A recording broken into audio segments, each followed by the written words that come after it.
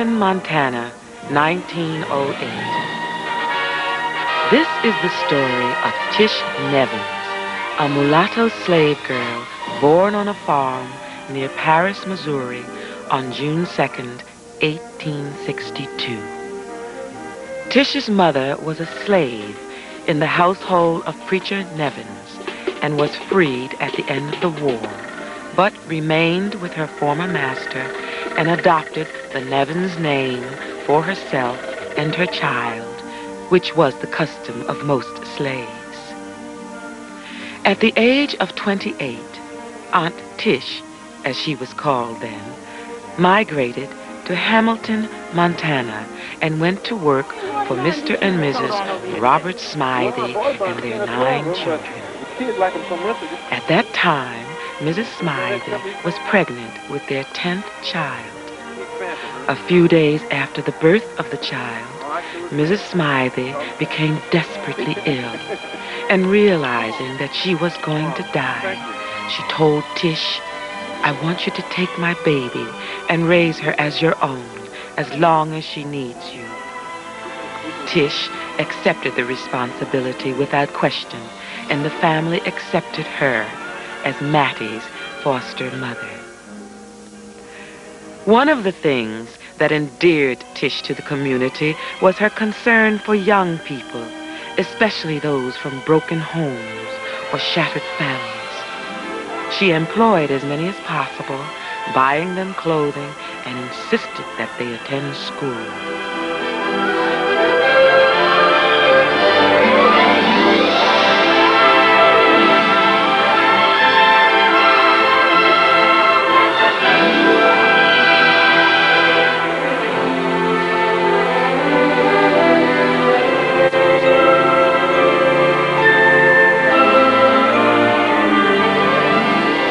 Through her encouragement and financial and moral assistance, some of her children graduated with honors and continued on to distinguished careers.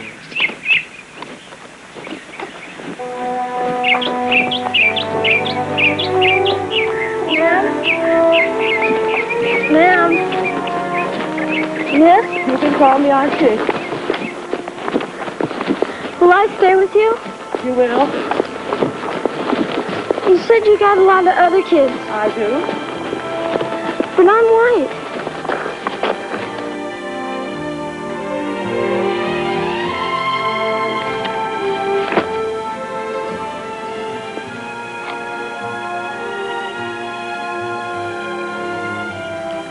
Is that gonna bother you? I don't guess so.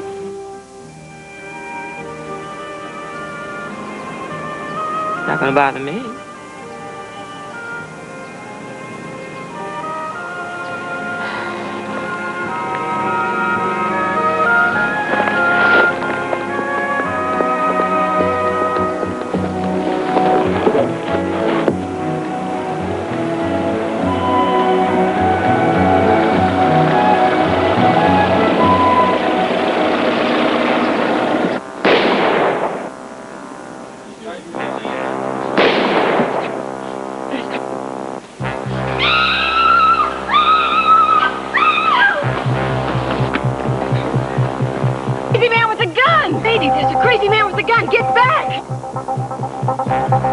I know you're out there. I can see you over there.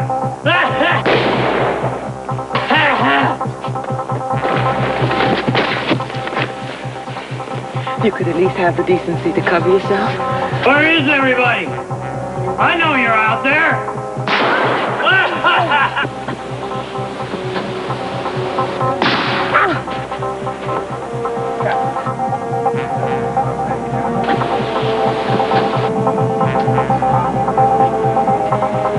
I see you out there.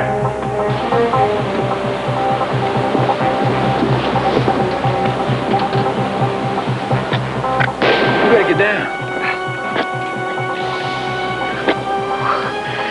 Mingo, I swear, it's getting tougher and tougher to earn a buck in this town. You know, Madam Smith, if you got a mind to now, I got some real fresh tomatoes on this truck here. You can take a look at them when you get a chance. Come on! In time, Mingo, in time. Right now, I need your help. Help me get this drunken fool out the house before somebody call the police. Where you find these kegs at anyway, huh? No lectures, please, Mingo. I need your help. Now. I don't know what I can do. That man got a pistol. All I got is this club here. I hope he had a bullet, because if he had bullets...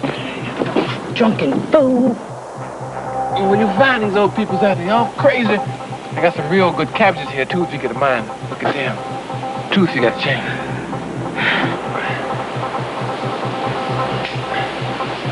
Huh. Didn't you sleep last night?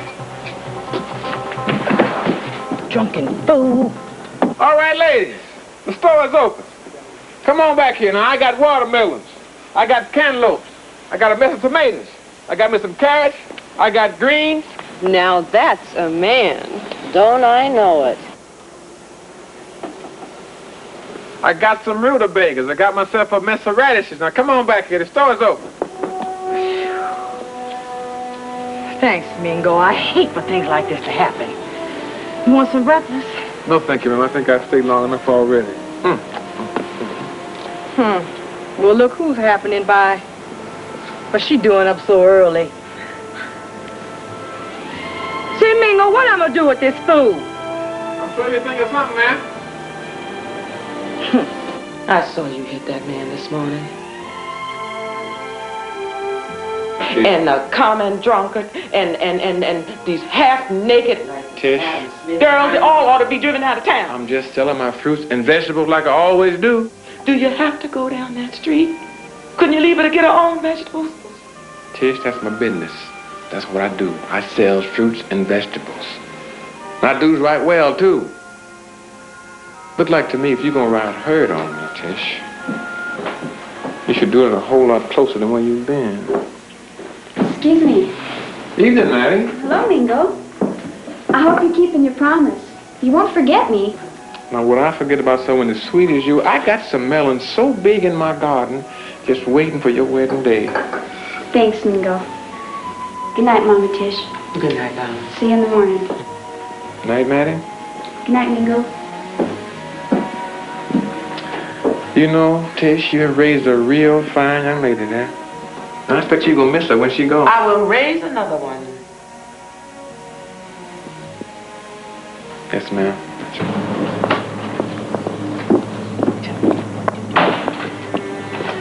Howdy, madam. I swear now, that awful woman's trying to send me to an early grave. Who?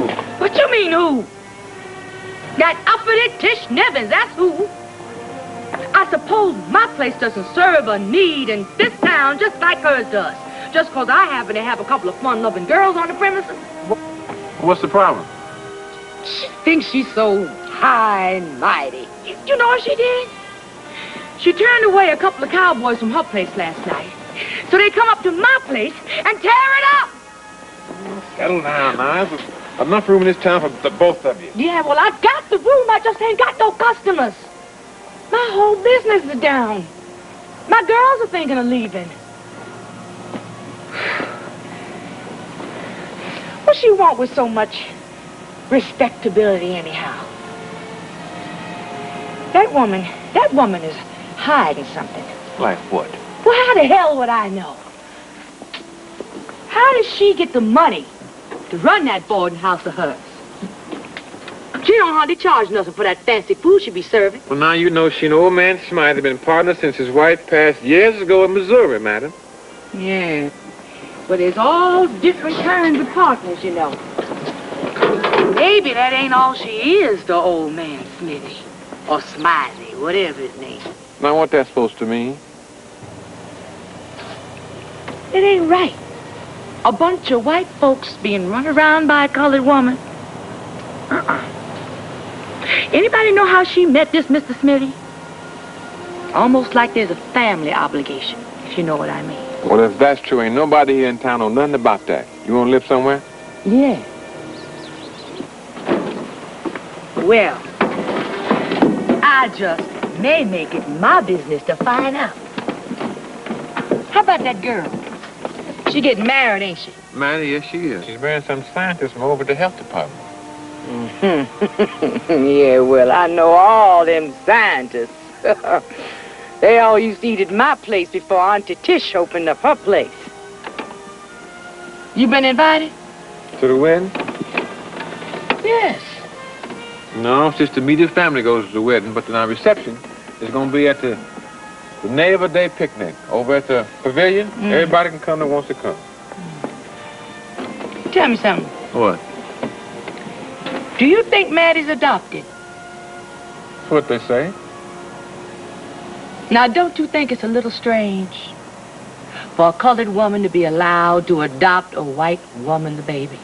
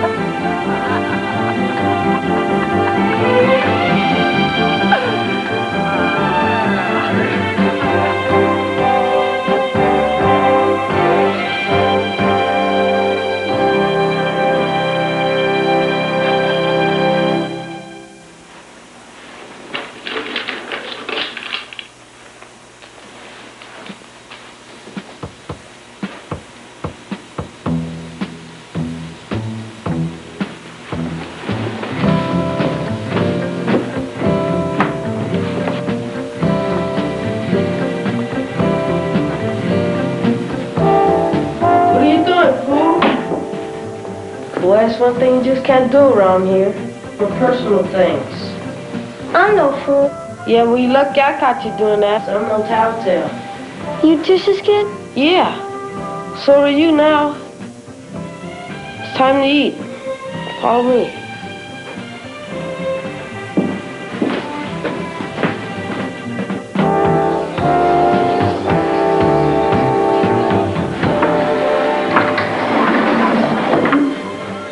The rest of your family. Not all of them, just most of them. Most of them, but they're all white except you. Oh, yeah. We got a lot of candles out there. Ladies and gentlemen, I would like you to meet and welcome Mr. Nedrick Plum, the newest member of our family. Welcome, Mr. Plum. Please join us for dinner.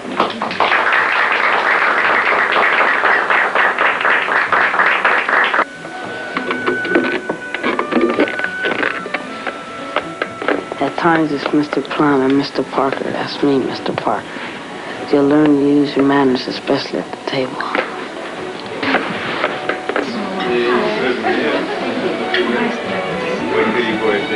Oh, boy, this is cooking. Can't be beat.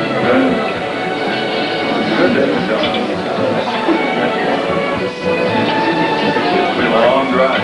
Look, Mr. Plum. Yes, please. Careful. Too bad you boys can't stay around for the wedding. It's going to be a real big to-do. Wow, boy. Yeah. There'll be a lot of folks there. Yeah. Whole town's going to turn out. Tish tells me that you're planning on adding another dining room.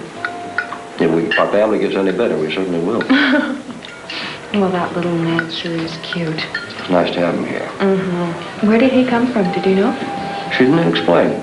I think a friend of hers. Man, those cowboys that told us about your place knew what they were talking about. 400 miles is nothing for food like this at the end of the line. I'd like to propose a toast to Mattie Moss Smiley, the best-looking bride-to-be in Hamilton, Montana. To Mattie. I'll drink to that.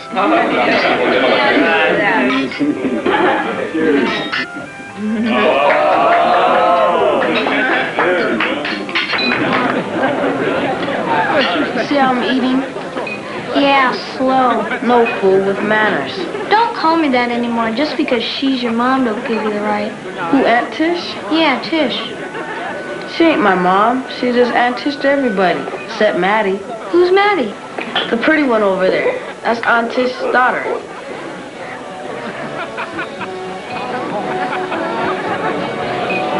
She ain't your mom? I don't got one. None of us kids do.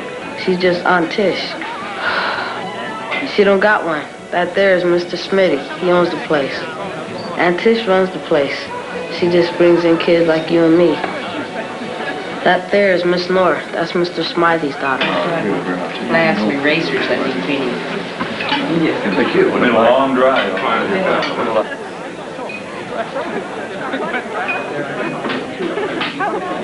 She doesn't have time. She's too busy.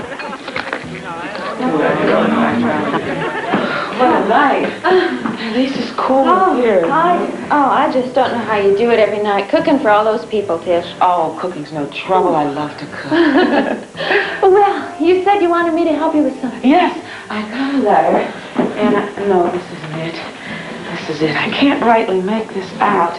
You see? Why, it's from Japan. No wonder it's not American. You know, it must be from that fellow, that Oriental fellow from Seattle. He said he was on his way to Tokyo. Japan? What are all these, Tish? Oh, they're letters. Oh, well, where did they all come from? I haven't had time to read them. No, some of them aren't even opened. Well, Tish, would you look at this? It's from William Jennings Bryan in New York City. oh, that's the fellow that makes all those speeches. He ran for president 3 times. Really? Oh, read it, Tish. Please.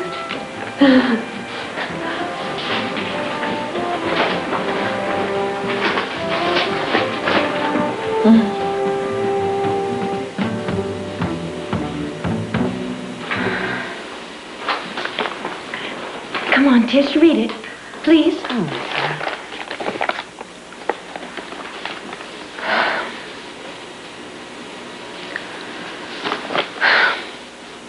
I can't read. I don't rightly know how to. I never learned.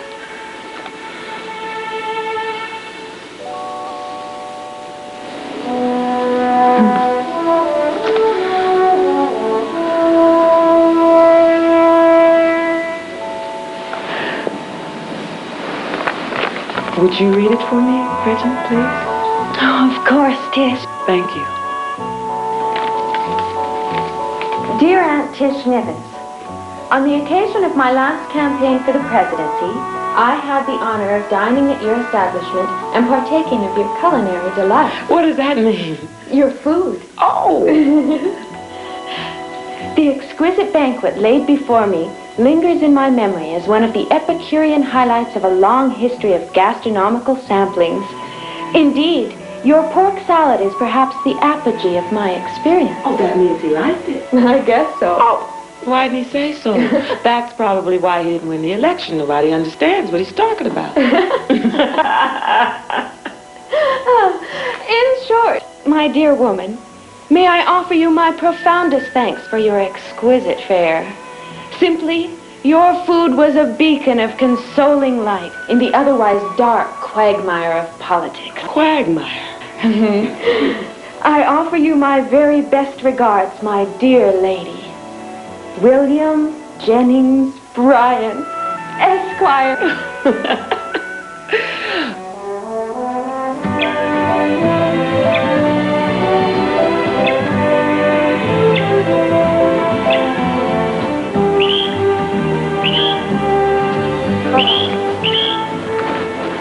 Good morning, Bob. Congratulations. Thank you.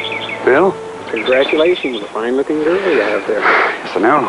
Fine-looking woman. Of course, you know what Madam Smith says about her and Tish Nevins. No? What? Yeah, Charles. I'm telling you, folks had a good time eating today. Well, this has been some day. Oh, yeah, it was a good picnic. I'm tired. Aren't you? What you say? And you know what, Tish? What? Your apple pie is good. Get out of here. Your cake wasn't so bad either.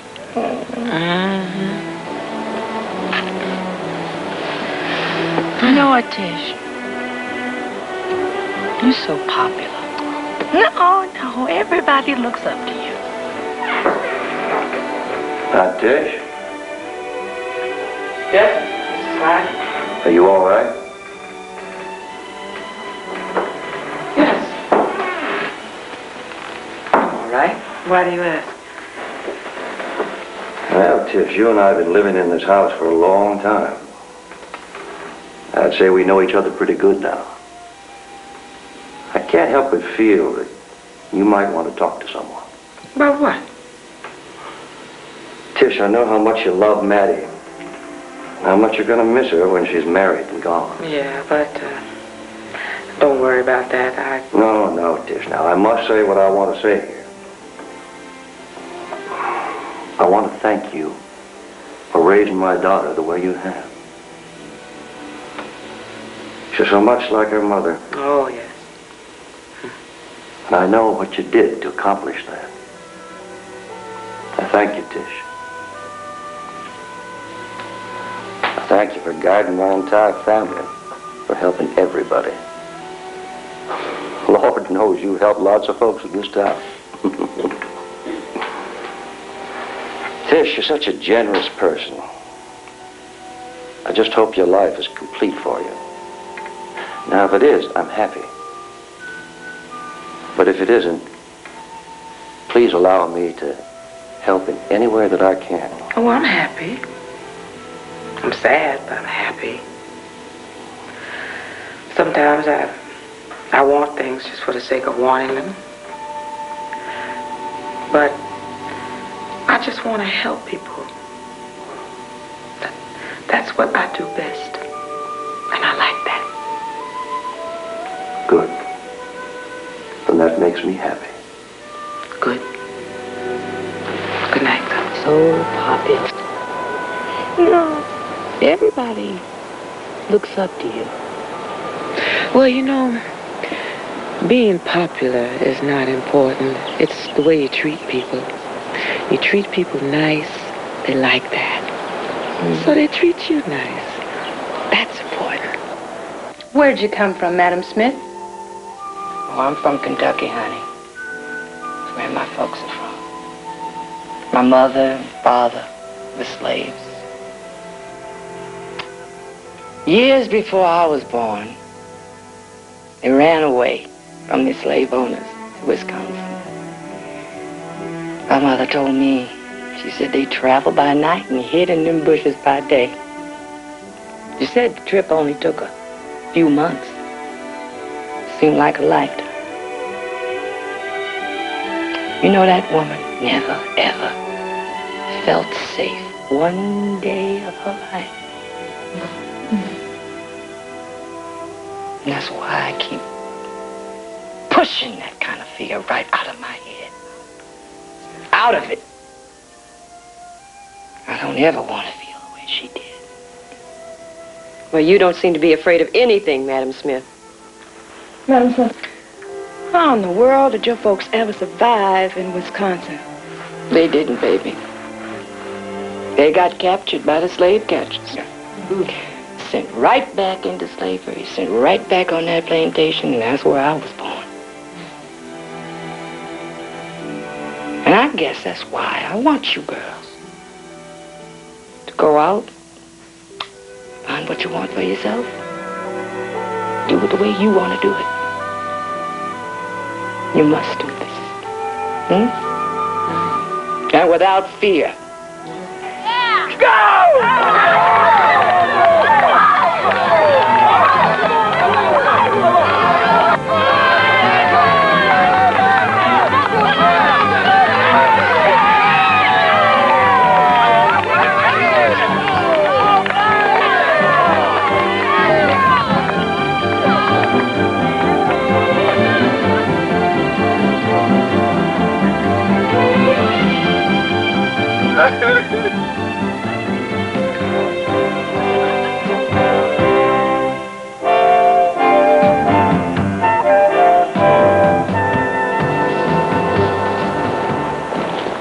What's the matter, child? John overheard some men talking.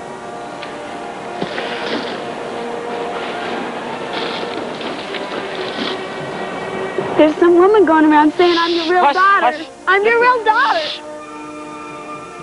I know. Mama Tish, I love you more than anything. I know. Listen to me, Maddie. Just listen to me. You know, I was with your folks before you were born. And then when you came along, I was right there, helping your father, your doctor. And when you were born, you were the most beautiful, prettiest baby I had ever seen in my life. And then your mama got sick. And I told her I'd take care of you. And I did. Because I love you too. I really do. And I don't want you worrying about what these people say. You know what we've got. So you just dry those tears. I know what they're saying. I love you, Mama Tish. I love you too, baby. You don't let the people tell you those things. Dry your tears. It's gonna be all right. I told her I would take care of you, and that's what I'm gonna do. And I'm here to tell you, you ain't supposed to listen to those lies. Okay. You gotta be strong. Aunt Tish left a wonderful heritage, a host of friends who never remembered anything but good about her, and legendary tales of dining room greatness that seems to live on. Those who knew her said that the name Aunt Tish fitted her perfectly, and she accepted it with pride until her death in 1942.